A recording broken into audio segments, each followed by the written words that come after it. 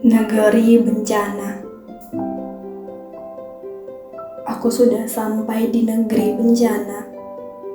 Karena tadi aku sudah usai bercengkrama bersama ibunda tentang kehidupan masa kecil yang selalu berlari di pematang sawah, tentang kehidupan masa lampau yang selalu berendam di muara, tentang kehidupan masa dahulu yang selalu bergelut dan tertawa.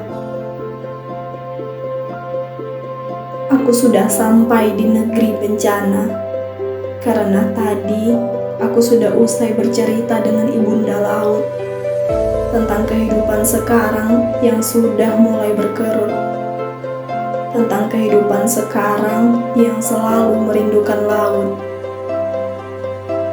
Aku sudah sampai di negeri bencana, karena tadi aku sudah usai menengok padi di tanah yang sedang kesakitan. Karena tadi aku sudah usai meniti lembah di perbukitan. Aku sudah sampai di negeri bencana, menepati petak kecil yang masih dihuni wajah lama, menepati bangunan yang jarang disinggahi cahaya, menepati rumah yang penuh cita-cita akan sebuah karya. Aku sudah sampai di negeri bencana, menunggu bencana atau ditunggu bencana.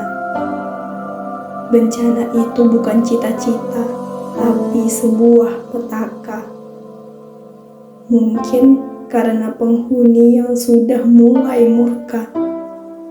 Bencana tidak pernah diminta, tapi memang sudah pernah ada.